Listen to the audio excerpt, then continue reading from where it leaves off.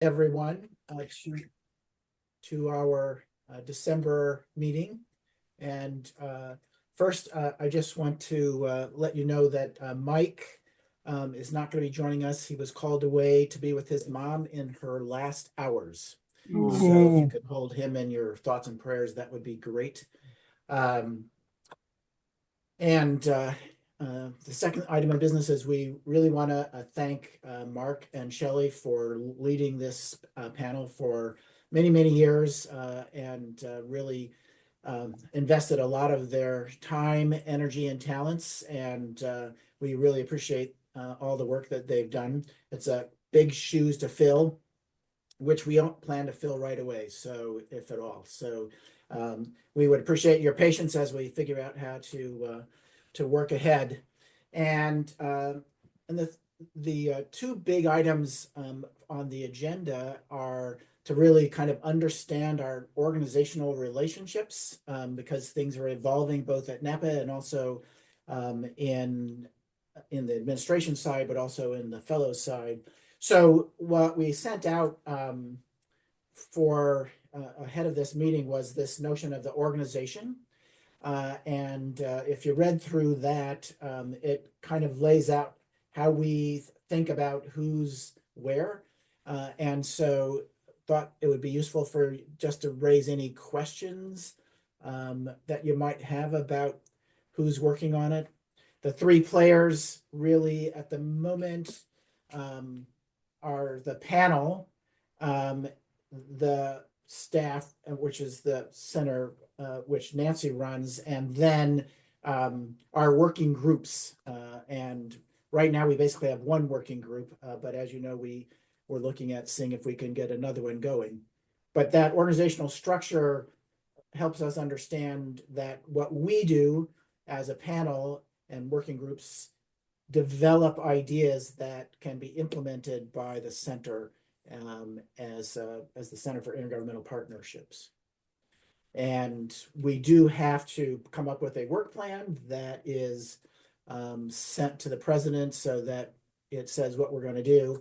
And then Monday, I think all of the panel chairs, co-chairs are going to be meeting starting on a quarterly basis to have better coordination across the panels where we see synergies, where we could potentially collaborate on different projects from one or the other, which we think is a great idea to.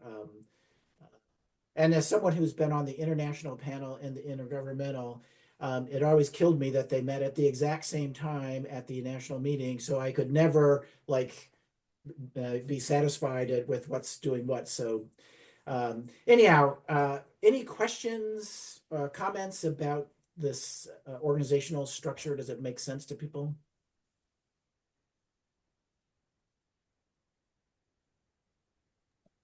I'm going to take that as a yes. Kurt, good. you might hit the very highest highlights just to make sure everybody's clear on. Right. Well, let me share the screen then, because everybody should have gotten the. Where's my share screen? I think someone has to allow me to share screen, Shelley. All right. Or Nancy, I mean. Yep. I'm thinking Shelley's right under Nancy, so I said Shelley. There we go. All right.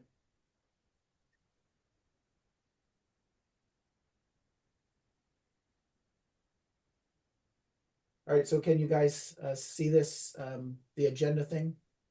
All right. Yes. All right, so basically this is the key section right here.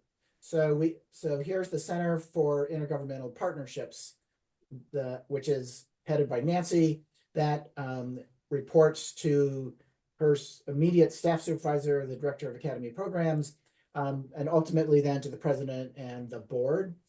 And so we also want to keep track of all the things that the center is doing. So there's kind of a line of reporting, which is a dotted line that says we're partners in this intergovernmental enterprise. And then we as the panel have the working group, local government working group, which was created organically now several years ago, and Wally Boskowicz has been heading that up. And it's developed lots of ideas, which we'll talk about in a bit. And working groups are sub organizations of the panels. And so the working group is providing ideas for the panel as a whole, and the panel is providing ideas to the center. So if that makes sense. And then aside from those organizational units, then individual fellows or groups of fellows are doing lots of different things in terms of projects. So all of those projects, to the extent that they're in the scope of work for the Intergovernmental Systems Panel, those would come into the panel, and then the panel would discuss them and potentially pass on ideas to the Center for Intergovernmental Partnerships. So are there other panels in the Center for Intergovernmental whatever Partnerships? partnerships? Yeah. So and if so, can you give names of a couple of them so we get a sense of what we're parallel to? I think we're the only one, right? Okay. Yeah, so there you can think of it as kind of parallel construction. So the standing panels and working groups are primarily fellows, and CIP interfaces with all of them as it's appropriate. So there's also a local government working group that I think Kurt mentioned, and that has the subcommittees. There's that handout that I sent out with the various projects and subcommittees. So it's not really that any are under the Center for Intergovernmental Partnerships. It's just that I staff fellows projects and initiatives that are relevant to what we're trying to do. Does that make sense? We're so tiny. It's anymore. It's really rather informal. Does that make sense, Al? I think as much sense as it's going to. Excellent. Yeah. Well, so the basic idea is that if for example we wanted to do something with the social panel and it had something to do with intergovernmental systems, then it might involve Nancy because it's her focus is intergovernmental, whether it's our panel or some other panel. Okay, so there's social panels and some other panels, and Right. our center is kind of equivalent to those other panels. No, the center's not a panel. Panels are of fellows. The fellows make up panels. The staff makes up the center. Okay, sorry, That's I the kind of key distinction. No, it's okay. Well, this was never really clarified before, so this is our first attempt to try and draw the dotted line org chart about how this all would work. Yeah, Paul. Thank you. Yeah, I'm a new fellow. Shimendra is the first name. So yeah, I read it. I was not quite following if there are any governance implications through this change, or this is more kind of housekeeping and better communications. Yeah, this actually seeks to clarify the governance because the governance was unclear before. And this, the Center for Intergovernmental Partners is relatively new, but it's also coming at a time when the Academy is going through major staff reductions and structural reorganizations as well. And so we thought it would be useful for us to understand, who are we working with and where does our work product come from and where does it go? Thank you. And panels, I mean, by the time I've been around, we don't ever actually vote on stuff at the panel. We discuss things and then people say, yeah, we'll go do that. And so in terms of governance, like there's no Robert's rules or anything like that. Any other comments about the organization? questions? I think Perry's hands up. Hi there. Oh, go I'm ahead. just wondering, so I was intrigued and attracted to join this meeting because of your mention of the state government working group, and I don't know which smart person on this phone call actually thought of doing that, because I think that is where intergovernmental challenges are exceedingly complex, especially in the fiscal area. So I'm super interested in that, but I don't quite understand how that fits into Part C, changing federalism in the contemporary era. So I just wanted to understand what your thinking there was and who all's doing that thinking and all the rest of that. So it'd be great to just hear the story. I think it would be very helpful. Thank you. Yeah, well, thanks. Great question. So, if we're done with the organization conversation, we'll move to what work would we be doing? So the Intergovernmental Systems panel has the broad scope of all levels of government, including regional governance and so on, right? The local government working group has, for example, was formed to really start looking at local issues and local specific issues. And but in this evolution, some of these things invariably move to fiscal federalism. And so the proposal of changing federalism in the contemporary era really generated out of practitioners and academics in the working group, which includes people who are not fellows, academics and practitioners who aren't fellows, but who are interested in the work of local governments. And kind of Local Government 2030 was a project, again, of bringing together practitioners and academics to talk about, well, where are we going? What do we need to be thinking about? And so as those conversations have evolved, the working group has essentially evolved into different subgroups, working groups on different issues. And one of those is the fiscal group. And local governments, as we all know, are at the bottom of the food chain. And so fiscal relations, intergovernmental relations, both local, state, and local, federal, state, federal, all affect local governments. So Mike Pagano and I have been part of this local working group and been part of the fiscal working group. And so we'll move to the long list of projects that are related to things that Nancy has to kind of keep track of. But what we thought would be helpful as a focusing work of our work plan, because the president wants a work plan. So rather than 1,000 things that we're all doing at the same time, we thought if we could pick a project, if people could see where they would fit, local, state, federal, regional, that the panel as a whole could work on that, while working groups could be working at other things. As we were thinking about that, we noted that we kind of have a U shape in terms of fellowship, membership, and work. We have a lot of federal stuff. We had a lot of local government now. We don't have a lot of state stuff.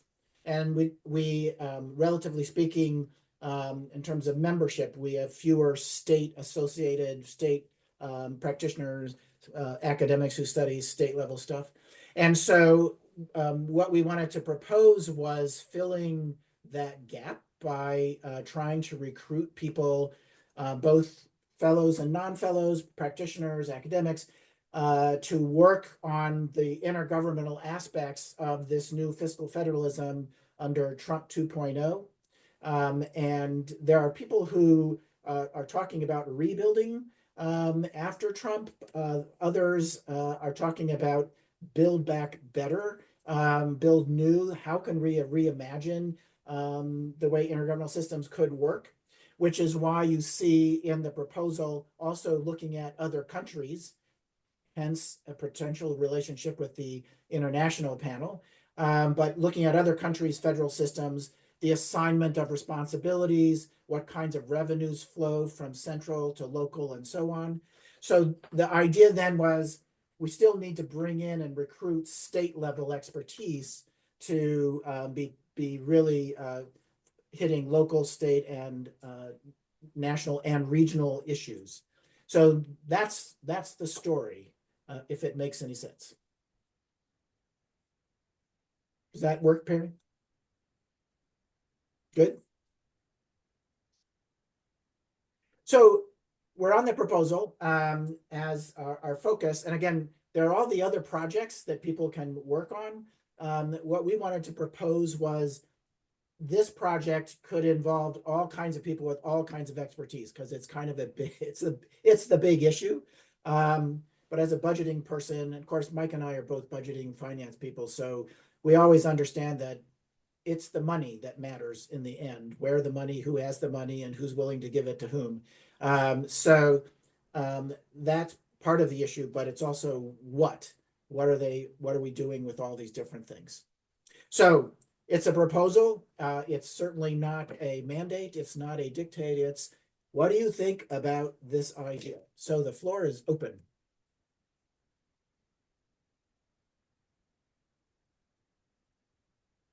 You can hate it. It's okay. Just let us know. Yeah, Could you state the idea again? Precisely. There was a lot of words on the page, and I know I was reading while also trying to listen. So when you say the big idea, what are we talking about? And also Catherine had her hand up, so Catherine and Perry, but go right ahead, Kurt. Okay, great. For some reason, I can't see this. I can't see them. All right, so Shelley, so the central idea is that the federalist system, intergovernmental fiscal federalism system, is changing. Not necessarily with the approval of Congress, but it's changing nevertheless in reality.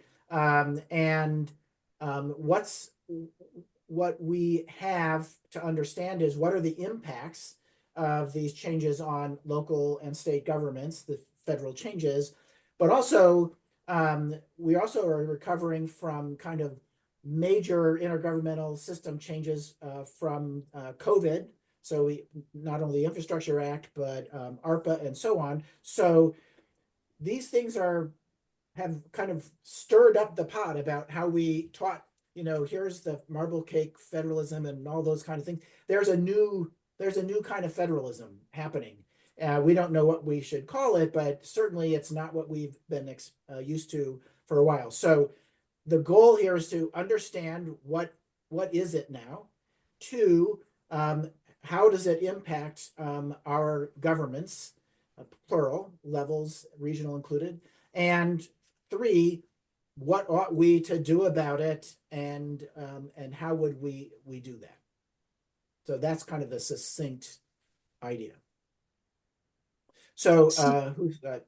So I was going to say, this is Catherine Barrett. Catherine. And Rich and I both raised our hands at the same time physically. Yeah. We had at the Napa conference, however many weeks ago, we had spoken with Mike Pagano, who we know well, about this idea of a state working group, and felt that it was a really good idea.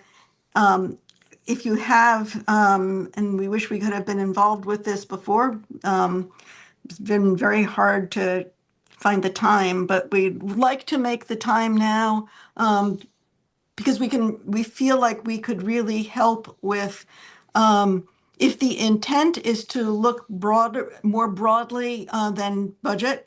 We just have very good connections all across the states, particularly with the state associations in the different areas. And there's so many issues that are affecting intergovernmental relations right now between the federal government and the states, and also between the states and the locals, that there's just such a wealth of opportunity to look at different projects we could do. I just wanted to say that we thought it was a good idea and we thought we could help. And I raised my hand to say that. Perfect. Yes. Well, and that's exactly it. It's it says federalism in the contemporary. It's not just the fiscal aspect. It's because, again, what are the assignment of responsibilities, right? So what are states going to take on if the federal government is not doing X?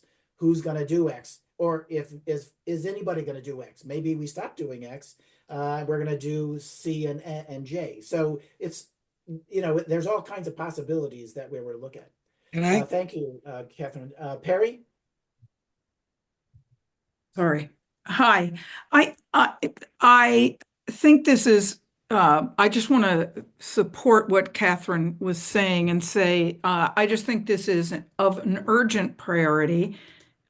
If our job here, and I just want to restate what I thought I heard you say.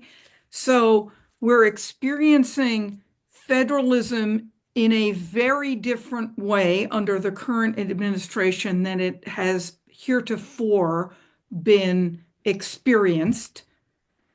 And I honestly, I'm not sure whether that new reality is the new reality we should be expecting for the next 20 years, but perhaps we should be thinking about what the new federalism should be, and how it might change. And that is a big set of questions. I mean, it's a set of questions that means revisiting assumptions we've been making about the flow of federal resources, and the big trade that Alice Rivlin did in her leadership about who's going to take the welfare expenditures and who's going to take the medical expenditures, right? Which is why we are where we are. I mean, my question is that one of the questions you are hoping to visit in this? I'm really trying to understand how we take this big question that's almost so big. My friend Dick Celeste would always say, this is a question so big your brains fall out, right? Can we make this a little bit more concrete so that we can understand what we are talking about? That would be great. Thank you. Yeah, thank you. Well, there are multiple ways to approach this for sure. So our first step is to, if we agree this is an important question, then the next steps are, so how do we organize ourselves to take on some of these questions? Like, what are the key questions, and how do we go after those key questions?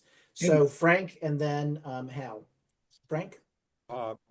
Yes, just quickly, and to reinforce really the comments that others have made, I think it is we're in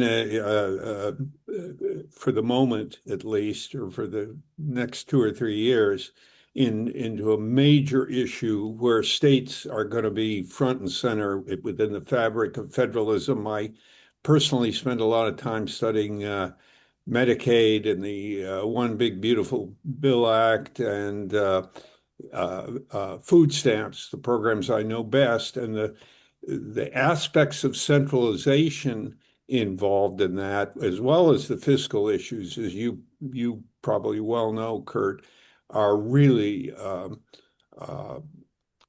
profoundly important in my view. So I'm basically here to be I guess, a cheerleader for what you've laid out. I, for some reason, perhaps I was asleep at the switch, did not get the documents beforehand, so I haven't had a chance to provide.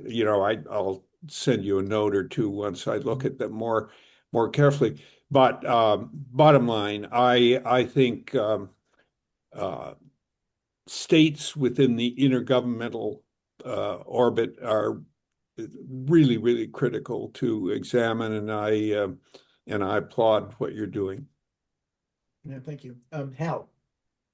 I've got a couple comments.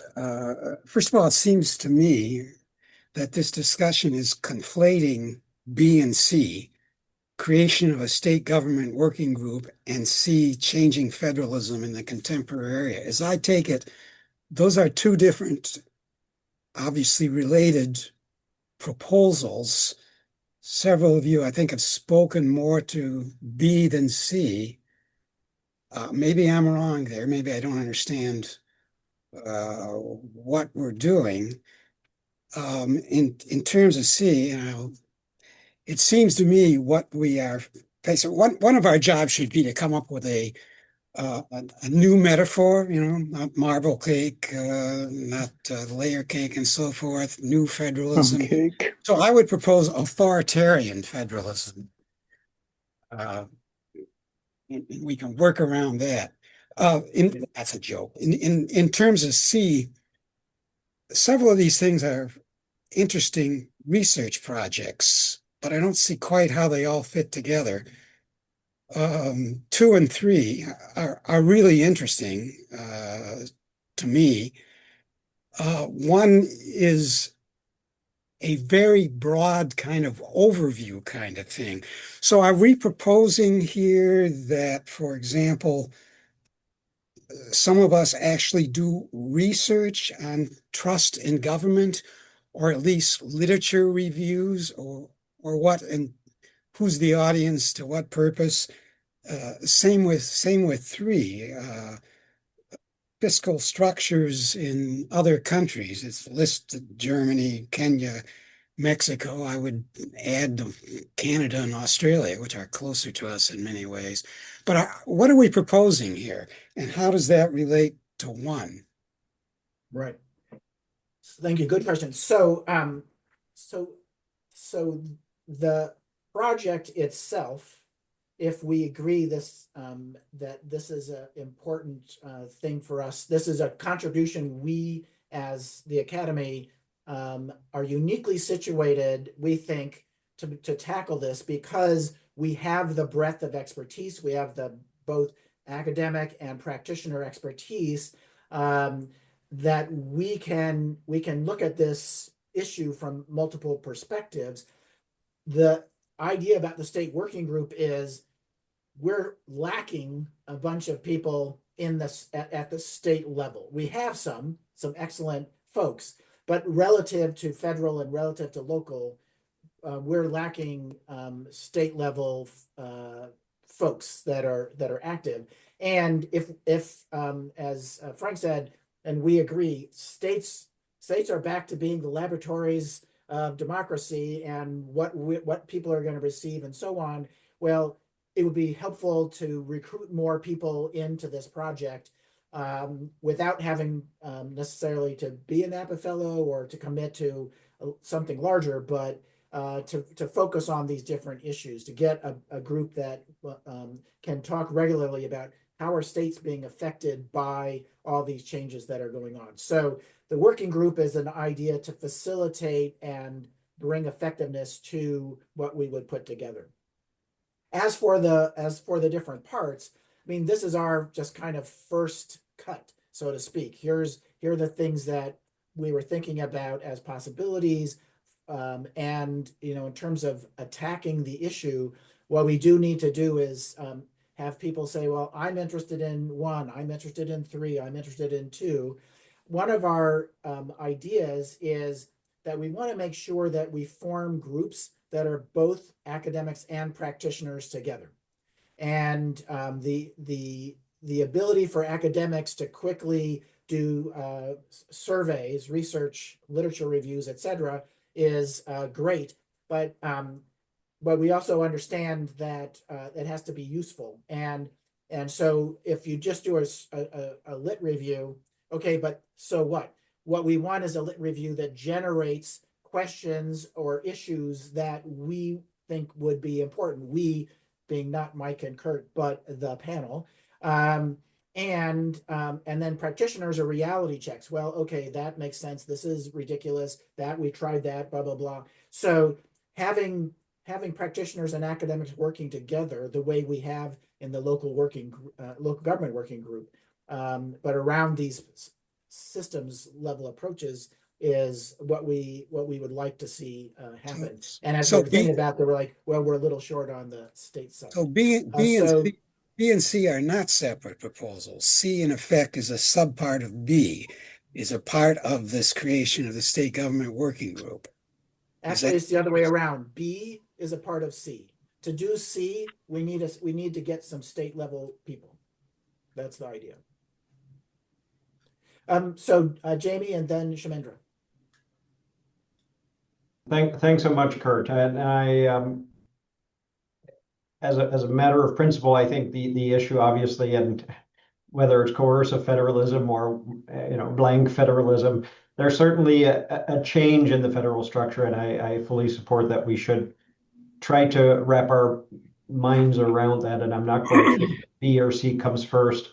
On the slightly broader and international, I put in the chat the Local Public Sector Alliance, which is the global network that I lead of folks working on intergovernmental issues, is actually convening in New York in February to pose that question: what in this authoritarian world, because it isn't just us that's trending that way, what's the role of multi-level governance, and how do we approach that more broadly? Some of our partners there are Forum of Federations, Commonwealth Local Government Forum, OECD, the World Bank will be there, and others. So if that makes sense as a touchstone for any of you, I can certainly arrange a seat or two extra in the room. Obviously, that's a very, very different question in exploring kind of internationally. Forum is obviously one of the places that does this really well, thinking about other countries. Perhaps more so than looking at what happened the last century, I think we're all moving in an authoritarian direction right now, and trying to figure out how can we use multi-level governance as a circuit breaker for that. So it's a little bit of a separate issue in a lens, I would say, than some of the domestic work. But I just wanted to point out that that is there. More generally, I think it'd be great to separate in many ways into three buckets: the local governance work, where trusting government, I think, very important, what's going on at the state level, and then kind of, what kind of cake are we baking? So certainly those three areas of however structured, I think, is really key. Shivendra. Yeah, I think it's a really interesting and attractive idea. I'm new to Napa and this panel, so I'm maybe unfamiliar with the scope and the ability to deploy, mobilize resources, but it does feel like a scoping sort of conversation has to happen, which I think you're suggesting, but it is pretty big.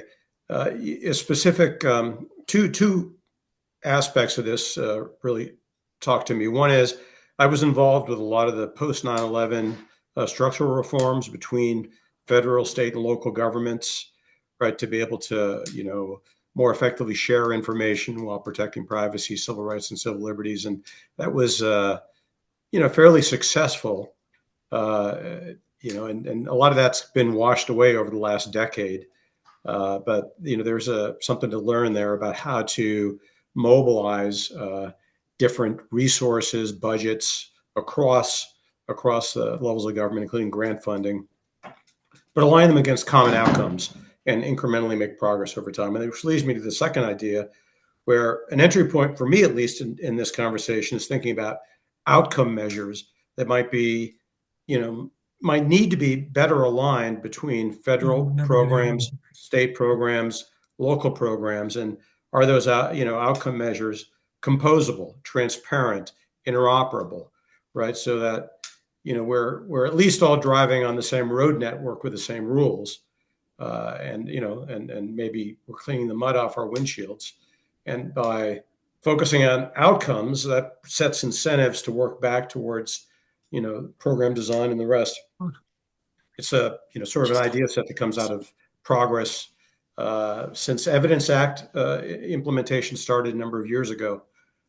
So that would be an angle on this problem that I'm particularly interested in. Over. Yeah, excellent. Yeah, I mean, it brings to Kurt mind Shelley that also. Yeah. I'm sorry, Kurt Shelley also has your hand up. I'm not sure Great. if you can see that. Yeah, and so I would just add that one of the ideas that would be here is this whole notion of getting rid of FEMA as the agency for emergency disasters. Like, are we really going to assign this now to states, and what does that look like? Local governments and so on. So, I mean, these are pretty big kind of issues, right? So I think, there's lots to unpack. Okay, so we have I saw Stephen, Shelley, and Brad. Stephen. Yeah, Kurt, first, thanks to you and Mike for taking on this this task. It's it's big. And I think one of the things, just to go back a little bit, that we may want to remind ourselves, I think we all are here for the same reason. We want to improve the effectiveness of intergovernmental relationships and operations. And I think we can tie everything that you're talking about right back to that. And I think that would help us, maybe just define the projects a little finer. I think whatever is going on at the federal government is chaotic right now at best. And I think to pull that apart is tough. I mean, that's just a tough thing to take on and predict. And maybe it gets back to, starting out with a question of what is the ideal federal relationship that we would be trying to achieve? Right. Get back to what is our outcome? What are we trying to get with going after the federal government and coming up with something? It's too big to go off into 15 different directions. But if the single goal is to come up with an ideal federal structure that improves the effectiveness of intergovernmental operations, it gives us a kind of a focus on what we do. And Mike and I had a conversation, or at least some correspondence on, this whole concept. I hate to even bring it up, but he who has the gold rules, and we're finding that out. Rule number two in my budgeting class. In the federal government, they got the gold and they're ruling right Right. now, and that is authoritarian, and that's what's happening. And we're struggling at the state and local level to try and keep up with that.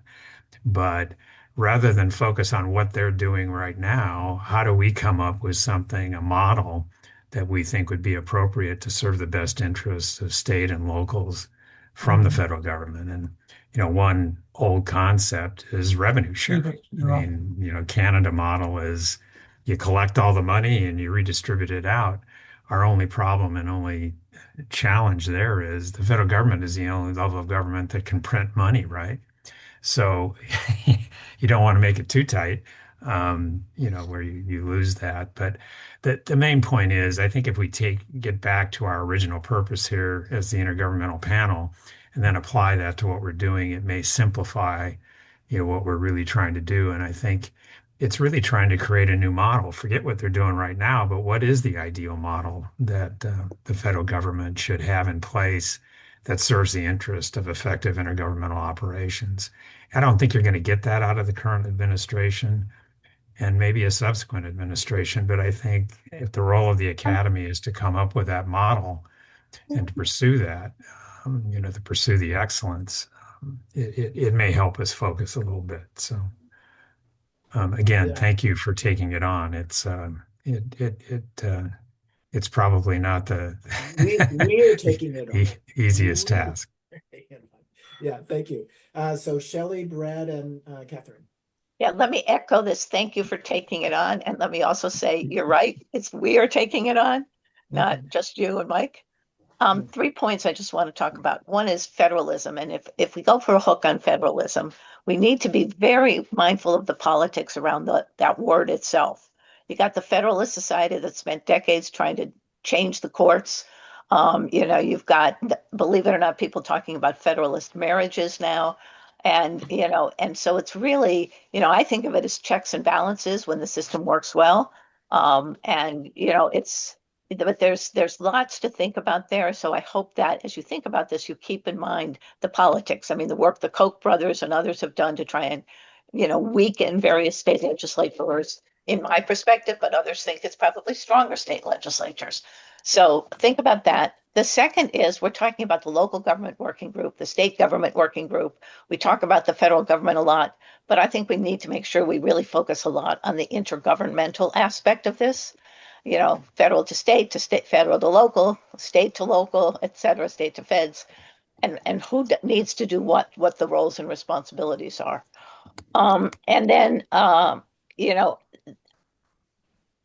as we talk about the intergovernmental, we've been talking about fiscal. I hope we think but not just about fiscal, but also the roles and responsibilities. So for me, it's like, it's not just collecting the money and sending it out and figuring out your formula for sending it out. It's thinking about the roles. I would like the federal government to play a stronger role when it collects data, analyzing the data, sharing the analysis, and things like that. If I look at the federal integrated business framework that governs how data is managed or something like that, Jamender can tell me better than that. But, it's shocking to me that other than data to make decisions and get the dollars out the door and then do oversight, there's nothing in that framework about the role of the federal government and or of state governments building knowledge, finding knowledge, building it, and sharing it successfully with other governmental and nonprofit partners. And then finally, I hope that even as we beef up our capacity to study this stuff, we don't lose sight of our need to, or not the possibility, the role we might want NAPA playing, catalyzing change as we learn more, and having the standing panel work with the center on really how do we do as well as study. Yeah, thank you. And I think a part of what we are encouraged about is at the NAPA meeting, there was a meeting of the associations. They used to be called the pigs, but we don't call them pigs now. But we had ICMA, GFOA, and so on. So the idea is we want to really strengthen those relationships because apparently they haven't been all that collaborative for the last while. And we think the Academy has the ability to help facilitate information flows about what's going on in one space or the other. So that's another encouraging aspect of how this might actually succeed. So I have Brad, Catherine, Vince. All right. Thanks, Kurt. Yeah, I just wanted to say that I'm especially supportive of this proposal because it lets us grapple with what I'd call our new federalism as like a transactional federalism. Yep. So increasingly intergovernmental relations are not defined by stable constitutional eras anymore, so much as a series of deals and threats and bargains that are carried out through executive actions and court rulings and selective deployment of grants. So courts have become architects of this new transactional federalism by narrowing or expanding agency discretion and redefining the terms on which federal, state, and local actors are able to bargain with one another. At the same time, I don't want to lose sight of the fact that the bureaucrats within governments are not just implementers of these shifts anymore. They actually become co-authors of this new transactional federalism. So, bureaucrats can choose whether to stay within the government and cope within the system using informal workarounds to soften harm and preserve capacity. Or, they can leave altogether when the ethics of dissent demand it. And we've seen a lot of that too. And I think this project is an opportunity to be able to name and study those dynamics a little bit further. And then last thing that I'll say, sort of in agreement with Pari, is that we don't know if this is the new normal or if this is going to be gone within 10 years. But I would just say that this is our opportunity to identify what it is today and what it can be tomorrow, particularly because the federalism that we've all known it to be had enough weaknesses in it to succumb to this new paradigm that we're experiencing today. So I just wanted to, thank everybody for your efforts on this, and I would be more than happy to play a role. Catherine or Richard, whichever one it is. Yeah, this one is me. Okay. This is more a logistical question than anything else. You had mentioned earlier on, Kurt, that the people contributing, and I'm specifically talking about the new work on the states, that the people working with us do not need to necessarily be fellows. Correct. So how exactly, so again, Catherine mentioned before, we know thousands of people in state governments, some of whom I think might want to get involved in something really cool that's happening on NAPA's part and the center's part on states. How does one go about getting them involved? Do they need approval from Nancy to be part of the group? Do they need approval from you? Does Mike need to say, yes, you're a good guy, you're not a good, I mean, how does that exactly work? Yeah, great question. So the way that the local government working group started was some people started talking and they invited other people and they told somebody and they invited, and it was a snowball effect. And so That's kind of one route is, but I guess what Mike and I talked about was starting with our state fellows, state related. Somehow, if you think of a worker in states or interested in states, we would invite people to a conversation about, okay, so what do we have in terms of our expertise and talents, and what are we missing, and who might we want to invite to help us start doing this, and that would bring in a network of people, whether they're fellows or not. It's what expertise can we bring in, and then potentially we would recruit them to become fellows.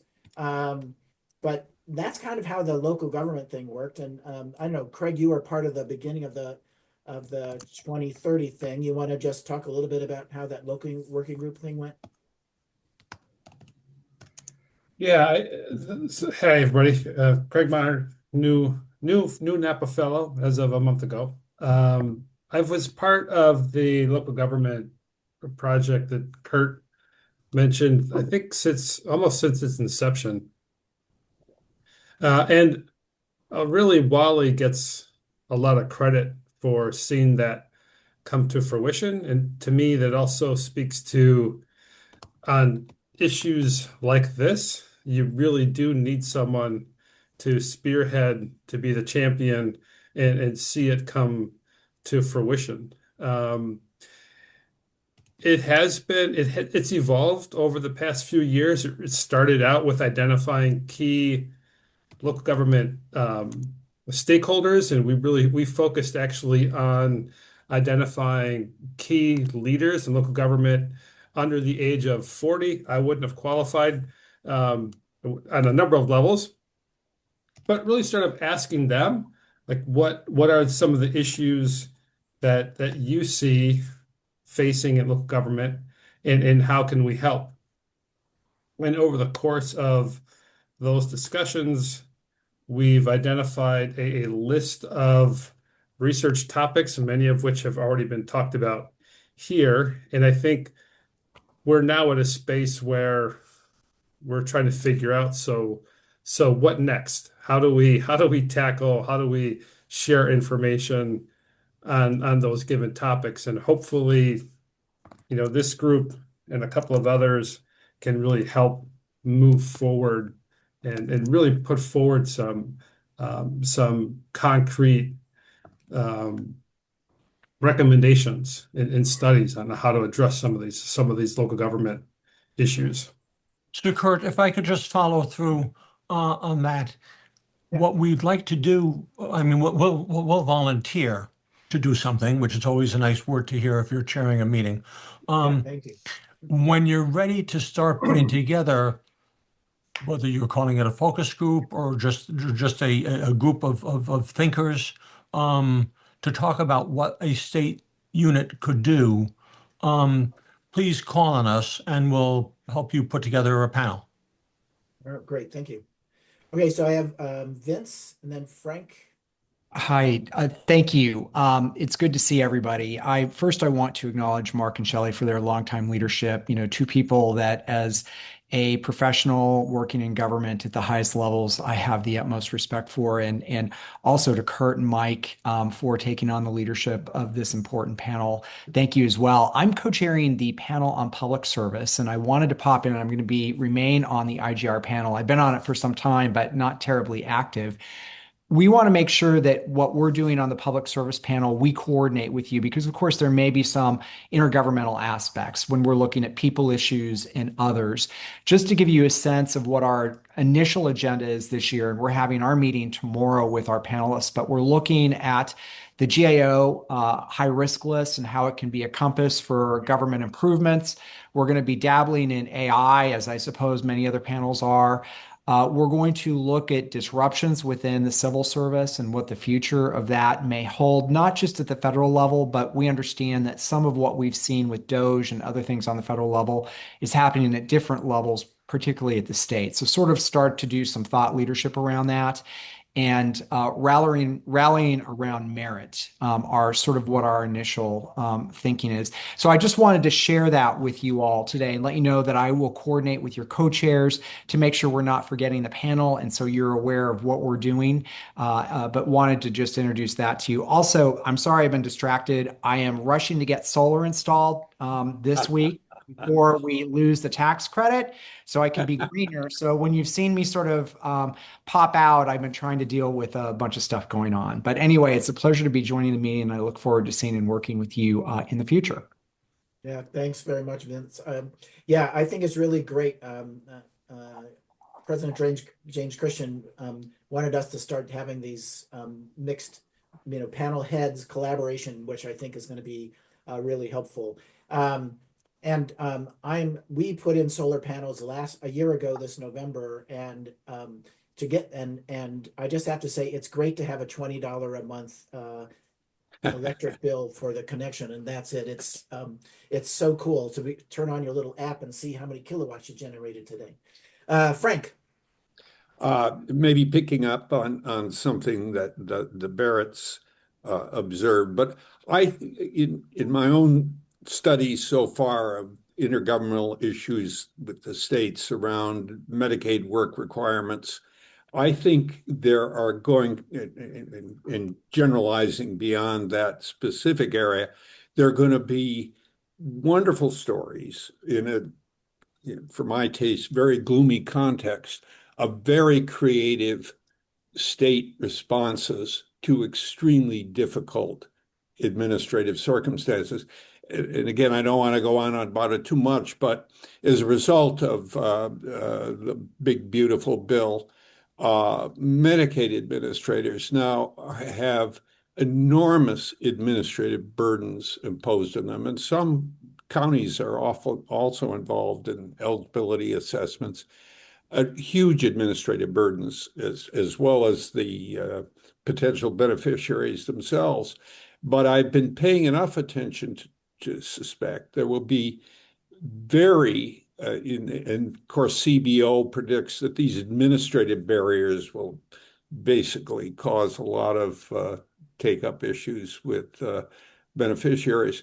But I've been following it, and I think there are some states that are going to come up with amazingly creative responses to a very difficult administrative context that will, I'm an old public administration professor, that would be inspirational stories to classes that I've taught about how to cope with and do creative things in the face of very difficult federally imposed administrative requirements. I guess this is just a footnote to what already has been going on, but I think we ought to keep that in mind. Yeah, thank you.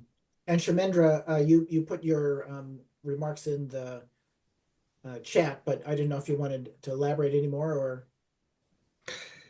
Yeah, the key point was under the prior model of federalism, let's say circa 2016,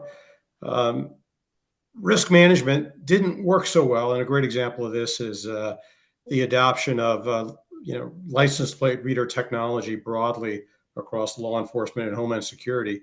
I remember conversations, where there was a demand signal for model policy coming out of the federal government.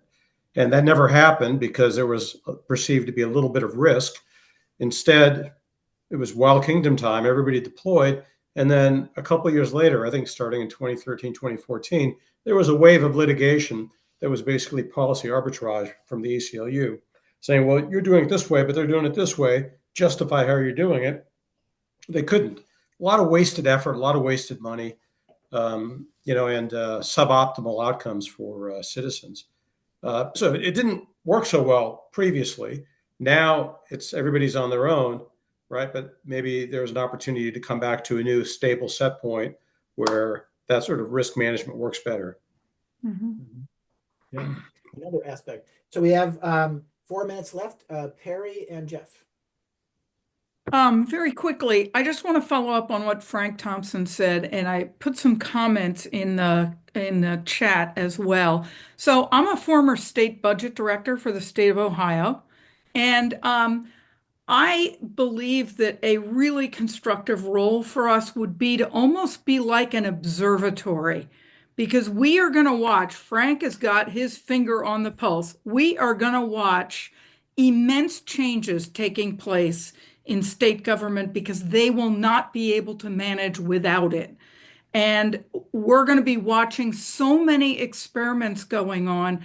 I think it would be really helpful for us to literally be watching and lifting up practices that are working, and that are showing the future, perhaps the positive future of what the new fiscal relationship is going to look like between the feds and the states and locals. But I think that that would be an incredibly constructive role for NAPA to play, and would also give us a, what's the right word? A mechanism by which we're attracting other state leaders. And I don't know if I'm the only state person on this phone call. I know y'all are feeling like it's a desert at Napa. I do know there are other state folks that are Napa Fellows, as I am, and would be delighted, I think, to be involved in this. By the way, hi, Mark.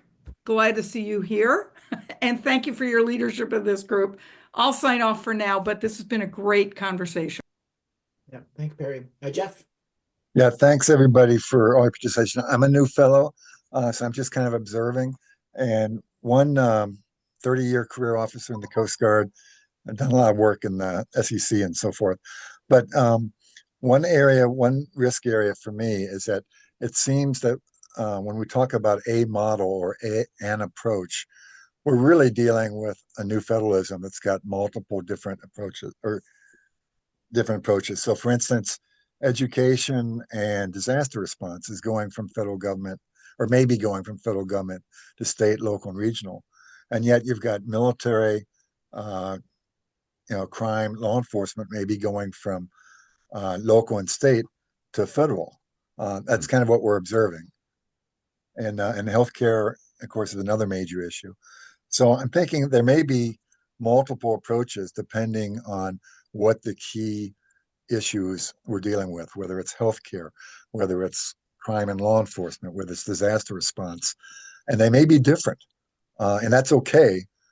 But there are a lot of inconsistencies right now. I don't know that what we're seeing right now will be the same even a year from now. So I just throw that out there as maybe one approach. There's different futures out there that we might want to prepare for. So that's all. Thank you very much. Thanks for letting me be part of this. Well, thank you all for some great ideas. I'm so glad it's being recorded because I could not possibly take notes that fast.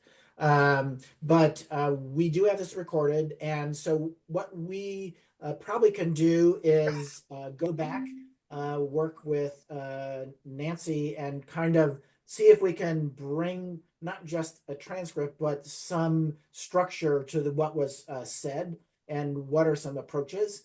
And we will also reach out to Perry and other state level folks, and see who would be interested in starting to form a group.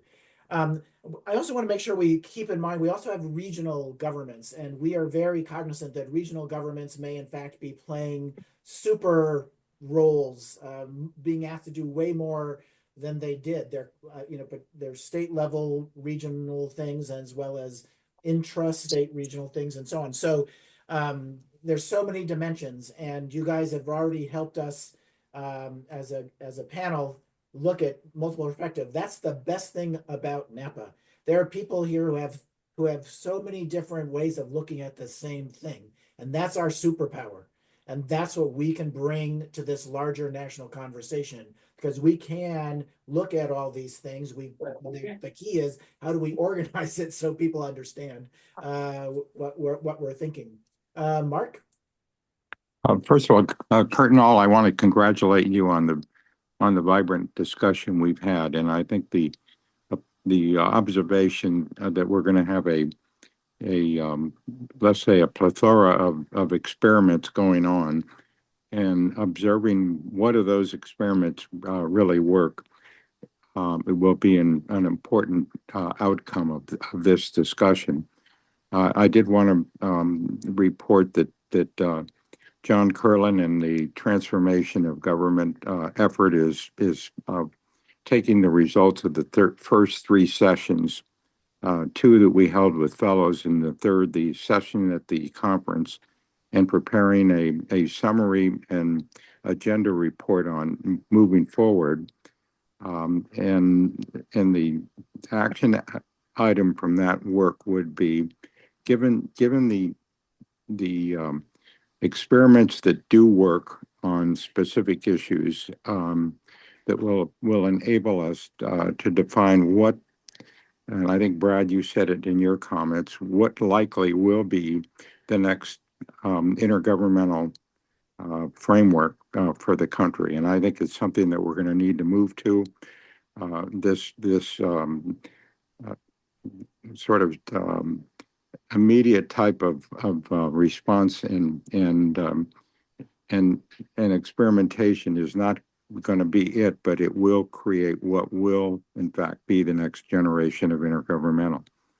And the last item I would put on the agenda, and that is for us really to focus on the fiscal budgetary type issues that are likely to really drive and form the political reformulation of the intergovernmental system, and that be a key and instrumental part of those who work on it.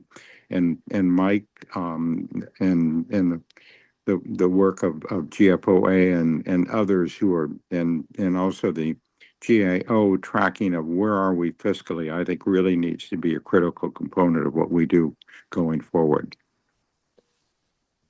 Great, thanks.